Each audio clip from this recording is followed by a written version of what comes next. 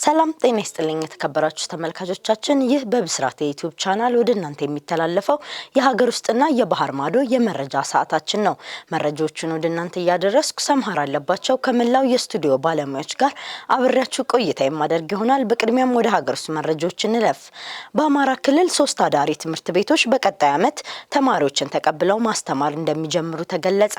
በአማራ ክልል የትምህርት ጥራትን በከፍተኛ ደረጃ ሊያሳድጉ የሚችሉ የአዳሪ ትምህርት ቤቶች ግንባታ እየተከናወነ እንደሚገኝ የክልሉ ትምህርት ቢሮ አስታውቋል። በፍኖተ ሰላም፣ ደብረ ታቦርና ሰቆጣ ከተሞች እየተገነቡ ያሉ የአዳሪ ትምህርት ቤቶች በ2019 የትምህርት ዘመን ተማሪዎችን ተቀብለው ማስተማር እንደሚጀምሩ ቢሮው ገልጿል። የአማራ ክልል ትምህርት ቢሮ አቶ ጥላሁን ወርቅነህ እንደገለጹት በበጀት ዓመቱ በትምህርት ዘርፉ በርካታ ፈታኝ ችግሮች የነበሩ ቢሆንም የህብረተሰቡን ተሳትፎ በማሳደግ አበረታች ስኬቶች ተመዝግበዋል። የአዳሪ ትምህርት ቤቶች ግንባታ ለማጠናከር ከፍተኛ የድጋፍና የክትትል ስራዎች መከናወናቸውን የገለጹት ኃላፊው የሰቆጣ አዳሪ ትምህርት ቤት ግንባታ 78%፣ የደብረ ታቦር 88.75%፣ የፍኖተ ሰላም አዳሪ ትምህርት ቤት የግንባታ ስራ ደግሞ 62% መድረሱን ጠቁመዋል። ትምህርት ቤቶቹ በ2019 ዓ.ም ተማሪዎችን ተቀብለው ለማስተማር በሚያስችል ደረጃ ላይ ይገኛሉ ያሉት ኃላፊው በቀጣይ ቀሪ ስራዎችን ለማጠናቀቅ የተቀናጀ እንቅስቃሴ እየተደረገ ይገኛል።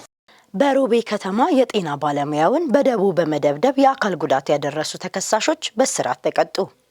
በሮቤ ከተማ አስተዳደር አዶሺ ክፍለ ከተማ ሮቤ ተሽከርካሪ መናኸሪያ ውስጥ አንድ የጤና ባለሙያ በደቡ የደበደቡ ወጣቶች በእስራት ተቀጡ። እንደ ሮቤ ከተማ አስተዳደር ፖሊስ መምሪያ የኮሙኒኬሽን ጽህፈት ቤት ኃላፊ ምክትል ኢንስፔክተር ጌታቸው ታምሩ ገለጻ አንደኛ ሱልጣን ሁሴን፣ ሁለተኛ ኢብራሂም ሁሴን እና ሶስተኛ ቦንሳ አወሉ የተባሉ ተከሳሾች የአንደኛ ተከሳሽ የእጅ ስልክ ጠፋ በሚል ሰበብ በአንድ የጤና ባለሙያ ላይ በደቡ ከፍተኛ ድብደባ በማድረስ የአካል ጉዳት አድርሰዋል። ሚያዝያ 8 ቀን 2018 ዓ.ም ከጠዋቱ 1 ሰዓት ተኩል ላይ አሮጌው መናኸሪያ ውስጥ የጊኒር ከተማ ጤና ጽህፈት ቤት የጤና ባለሙያ የሆኑት ዋቆ ከድር የተባሉትን የአንደኛ ተከሳሽ ሞባይል በመጥፋቱ ወስደሃል በሚል ያልተረጋገጠ ማስረጃ በቡድን ተደራጅተው የድብደባ ወንጀል ፈጽመውባቸዋል። ባልተጣራና ባልተረጋገጠ ጉዳይ በመቀናጀት የፈጸሙት የድብደባ ወንጀል በማህበራዊ ሚዲያ ላይ ከፍተኛ ቁጣ ማስከተሉ ይታወሳል። ፖሊስም በወቅቱ ሁኔታውን ተከታትሎ የድርጊቱ ፈጻሚ ወጣቶችን በቁጥጥር ስር በማዋል የምርመራ መዝገቡን በተለያዩ ማስረጃዎች በማጣራት መዝገቡን ለአቃቤ ሕግ ልኳል። አቃቤ ሕግም ከፖሊስ የቀረበውን የምርመራ መዝገብ ተመልክቶ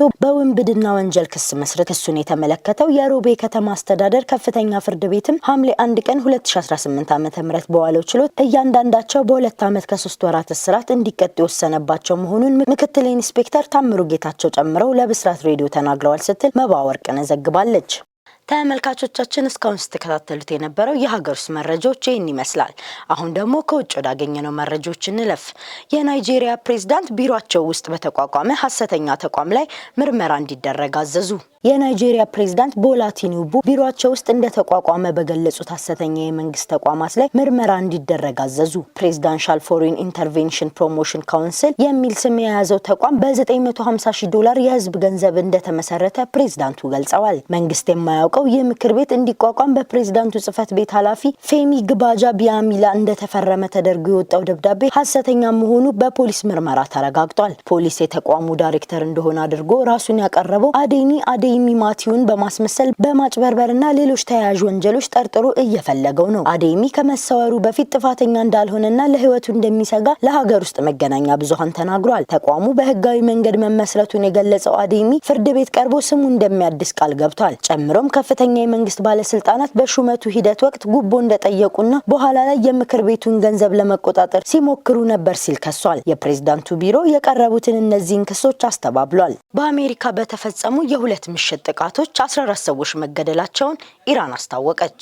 የኢራን የጤና ሚኒስትር በዚህ የቅርብ ጊዜ ጦርነት ዙር 14 ሰዎች መሞታቸውን አስታውቋል። ሮብና ሐሙስ በኢራን ውስጥ በ5 ግዛቶች ላይ ያነጣጠሩ የአሜሪካ ጥቃቶች 78 ሰዎች መቁሰላቸውን የሚኒስትሩ የህዝብ ግንኙነት ኃላፊ ሁሴን ኬርማንፑር ተናግረዋል። ከቆሰሉት መካከል 47 ሰዎች በሆስፒታል ውስጥ እንዳሉ አክለዋል። ይህ በእንዲህ እንዳለ በኢራን ደቡባዊ ክፍል የሚገኘው የሂራን ሻር ግዛት ገዢ ለመንግስት ሚዲያዎች እንደተናገሩት አንድ ሰው በአውሮፕላን ማረፊያ ህንጻ ላይ በተፈጸመ ጥቃት መሞቱን ተናግረዋል። ፕሬዝዳንት ዶናልድ ትራምፕ በድጋሚ በኃይል እንመታቸዋለን በማለት ከተናገሩ በኋላ የአሜሪካ ጦር ኢራን ላይ አዲስ ዙር ጥቃት ከፈተ። የሆርሙዝ ወሽመጥ የወደብ ከተሞች የሆኑት ሲሪክና ባንደር አባስን ጨምሮ በሀገሪቱ ደቡባዊ ክፍሎች ፍንዳታ መከሰቱን የኢራን መንግስት መገናኛ ብዙሃን ዘግቧል። ትራምፕ ከአዲሱ ጥቃት በኋላ በትሩዝ ሶሻል ማህበራዊ ገጻቸው ባሰፈሩ ጽሑፍ ይህ በኢራን ለተፈጸመው የመርከቦች ድብደባ የተወሰደ የአጸፋ እርምጃ ነው፣ በድጋሚ ከተፈጠረ ከዚህም የባሰ ይሆናል ብለዋል። ከአሜሪካ እርምጃ በኋላ የባህረ ሰላጤው ሀገራት በኢራን ጥቃት እንደተፈጸመባቸው አስታውቀዋል። በባህሬን ዋና ከተማ መናማ ፍንዳታዎች መከሰታቸው የተገለጸ ሲሆን ኩዌት ሚሳኤሎችንና ድሮኖችን ማክሸፏን አስታውቃለች።